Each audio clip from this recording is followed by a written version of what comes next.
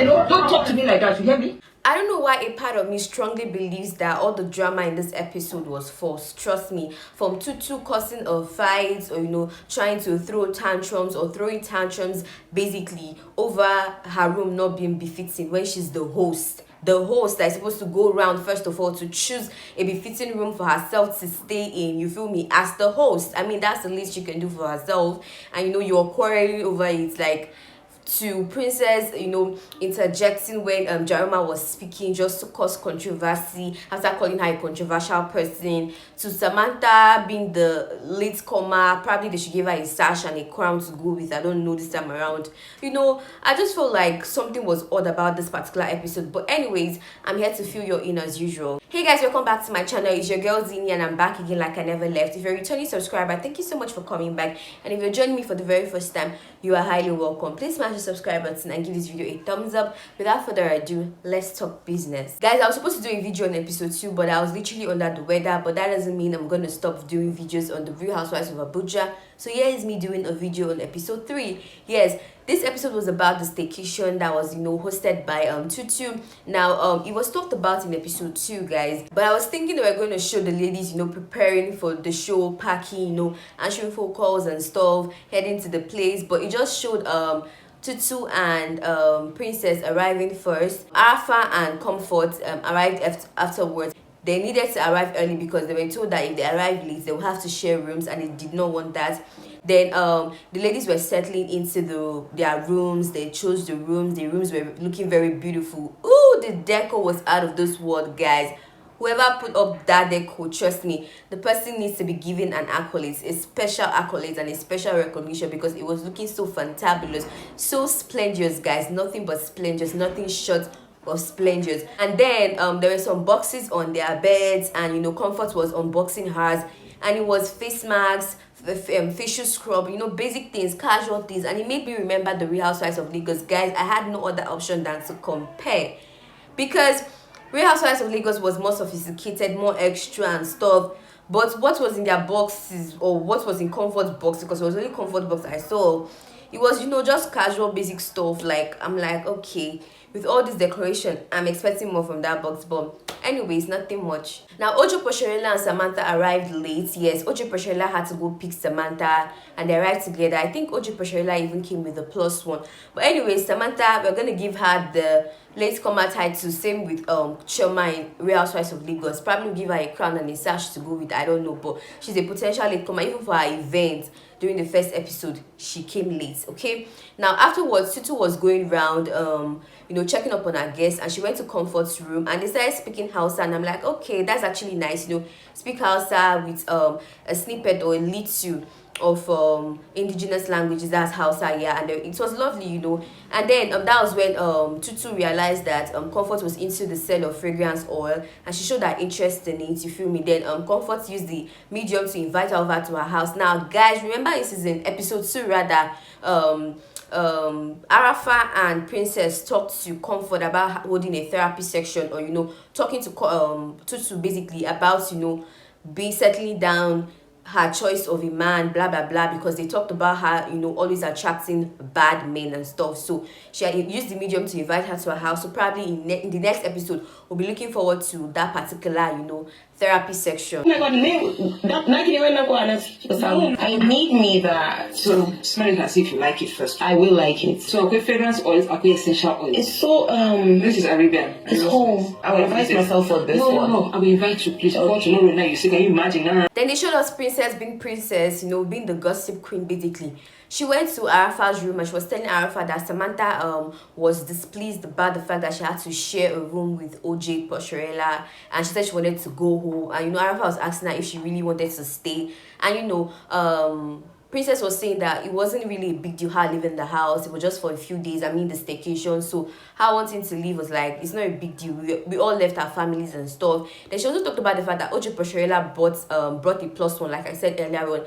And she was asking her, okay, were we asked to bring a +1? Why did she have to go extra by bringing a +1? Can bring a +1. So did you hear anything like that? No. Samantha not parado that she wants to go home. Are you sure she wants to stay? It's just for a few days. Everybody's leaving their families, and exactly. We're not traveling to here. And I'm like, Princess, Princess, why don't you just go to them and be like, oh, Samantha, why are you sad about it? Now, it's not really a big deal. Let's stay. It's just a staycation. We all left our family. And then you go to Ojo Posharella and be like, why did you bring a +1? We're not asked to bring a +1. Why do you have to go to Arafa? Then that is when Tutu started throwing tantrums here and there about her room, that, oh, her room is not befitting, her room is ugly. You know, she went to Comfort's room, she probably liked it. She went to other people's room, you know, her guests, the other ladies that she invited, that's the other housewives of Abuja that she invited. So probably she felt like her room was not, you know, more splendorous or more, you know, extravagant or luxurious like theirs. I saw yours, and what I even said was, I said, okay, Comfort that they came once at a zone.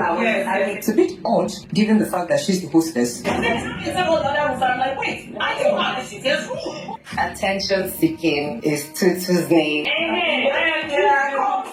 And in my head, I'm like, hello. Even Comfort in her confessional was like, this is really odd for the host to be complaining about her room. Like, you are the host. Why didn't you go around, at least, even if you don't go around to check, if at least go around to pick a room for yourselves. Why didn't you go around before inviting us here so that you will not have any cause to complain? So it was giving me a desperado kind of vibe, you know, just to, you know, bring about the room fights, because she looked around and she saw nobody was talking about the room fights. Even Samantha that was complaining, she was not really loud about it. She was like, no, I need to bring quarrel, and it was giving forced vibe.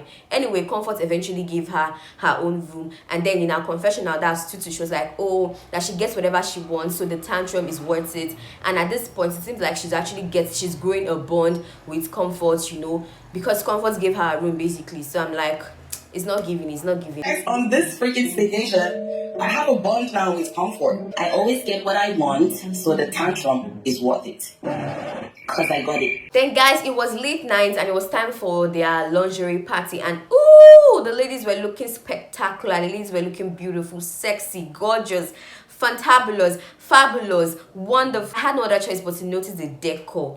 Oh my god, whoever they put in charge. I've noticed that, you see this, their parties, they have something to do with decor, even if it's boring. Look at Samantha's party, Arafa's party, and now Tutu's party. Even if it's boring, like the housemate did not give us the vibe that we want, the decor will always be on point. Like, we the viewers and even they themselves will have to give a pass mark. Not even a pass mark, a freaking A to the decor. It was beautiful. Whoever put that out needs to get accolades on his or her own, because yo. Anyways, it was time for Ojo Posharella to come out, and she was wearing pajamas. And you know, in my head I was like, I know when this lady settled down, they will definitely talk about her pajamas, and of course they did. Anyway, she was saying that, oh, she didn't get the memo that it was a lingerie party and stuff like that. Even Arafa in her confessionals was like, okay, what are you wearing? And in OJ's Posharella, she explained that she has goodies and she doesn't like to show it out. And I'm like, okay. Posharella, of course, looks, oh no, what the hell is she wearing? I don't like to expose my goodies. I got goodies, but I keep it on lock. Then in the party, she started showing her probably she was ignorant, or she didn't get the memo of the fact that it was a lingerie party, and that's where all of them, it was as if hell was let loose on her. All of them, starting from Princess, that is a lie. They had a full-fledged conversation on what they were going to wear, and she specifically said she was going to be decent about her lingerie. Was it a lingerie party or a pajama party? That's what was said. I didn't hear it. Could have come, Catwoman. Not like we like, oh, the Johnny will go there. I remember you're like, no, you're decent. You said that. We all hyped indecent behavior. Yeah. And the ladies went ahead to comment Comfort, because you know Comfort is actually the older one amongst the Real Housewives of Abuja, yeah. So they commended her outfit because they thought she was going to give them the Mommy Gio, you know, kind of vibe. And you know, in Tutu's confession, she was like, she actually thought what's her name, Comfort is going to give them the Mommy Gio vibe, but it was OJ Posharella that came up with that kind of vibe.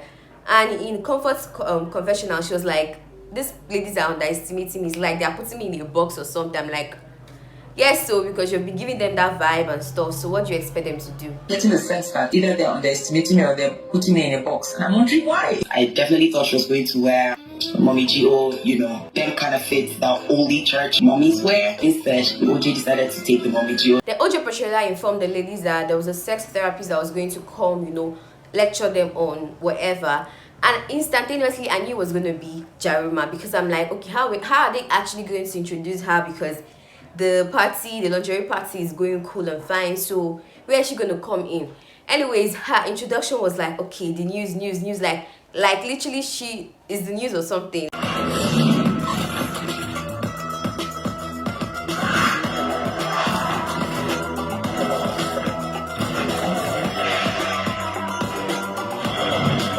Now, Jaruma is a well-known personality. She's into aphrodisiac, kayamata, sale of, sex enhancement, pills and stuff. And she's literally well-known, right? So when she walked in, guys, the ambience was not giving, trust me.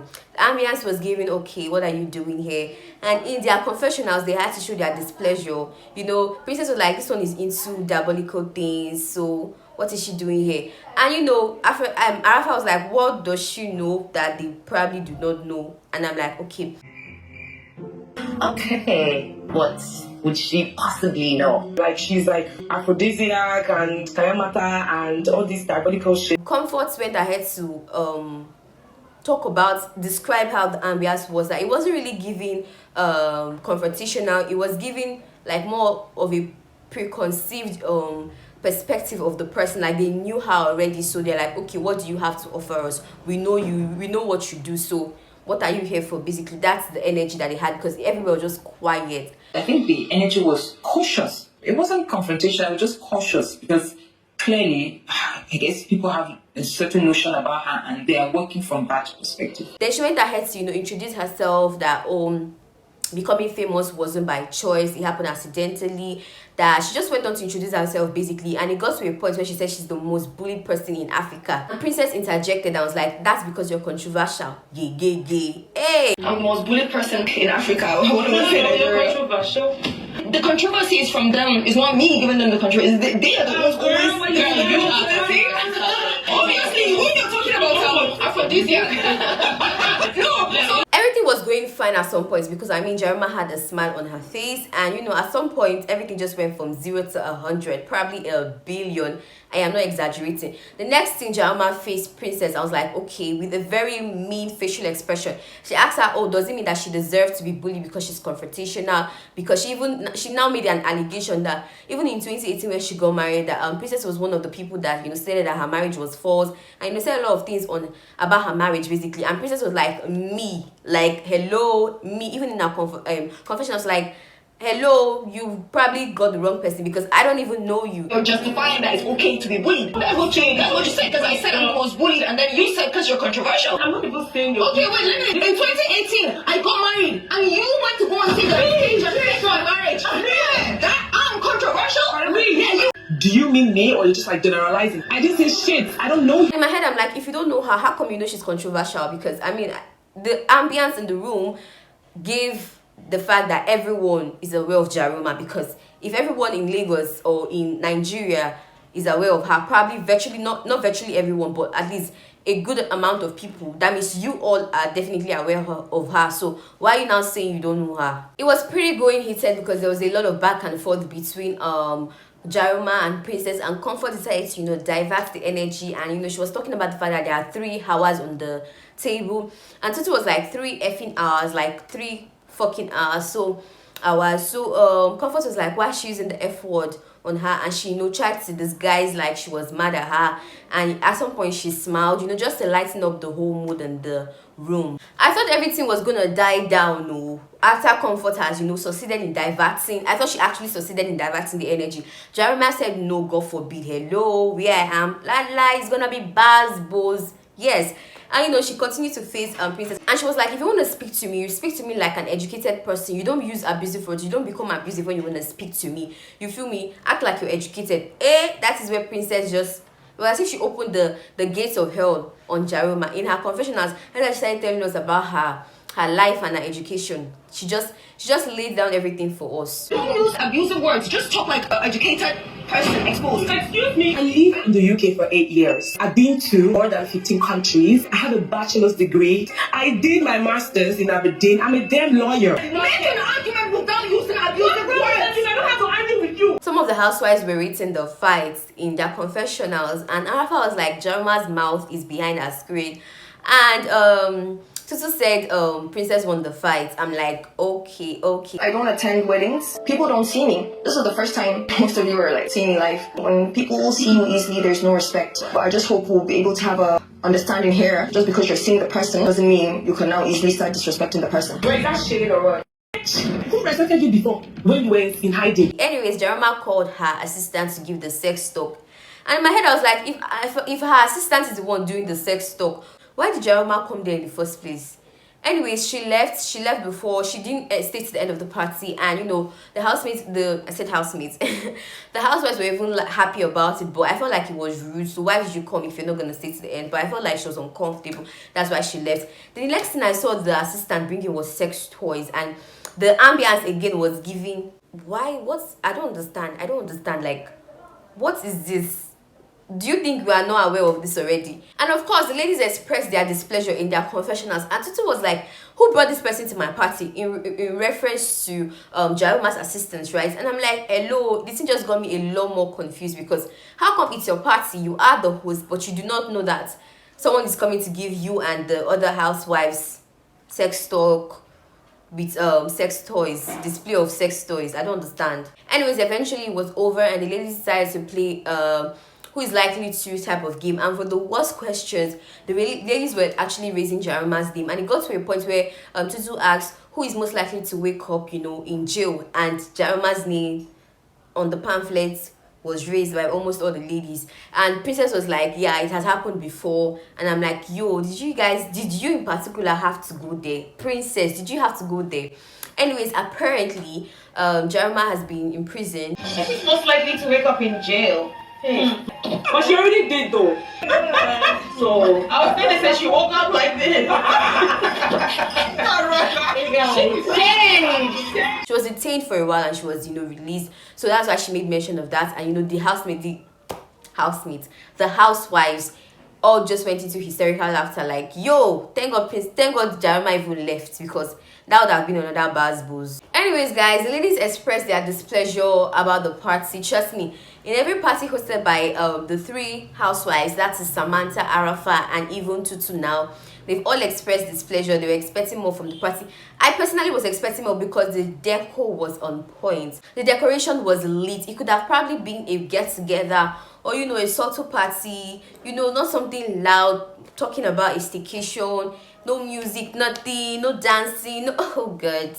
Anyways, they had to express their displeasure, and you know, they showed us a snippet of the next episode. And guys, I'm not sure there will be any buzz bulls, you know, in the next episode. I don't know if it's at this point we should now start comparing the Real Housewives of Lagos and the Real Housewives of Abuja, or we should wait till this particular season is over, because I don't understand what I'm saying. Anyways, you guys should just let me know in the comment section. Are you feeling this Real Housewives of Abuja? Are they giving you what you want? Because the buzz balls, you know, the altercation that we want to see is not really giving. Every fight is giving forced vibes. Trust me, even Princess, a lot of people are saying, oh, they like her energy and stuff. It's giving forced vibes. Like, let people talk about you being the, you know, the one bringing the chaos. Let it happen naturally. How about that? Anyways, guys, see you all in my next video. Thank you so much for watching this video. Please subscribe to my channel, give this video a thumbs up, and of course, guys, turn on your post notification so you can be alerted ASAP when I post my new video. You know the vibes. I'm certain you do. See you all in my next video once again. Bye.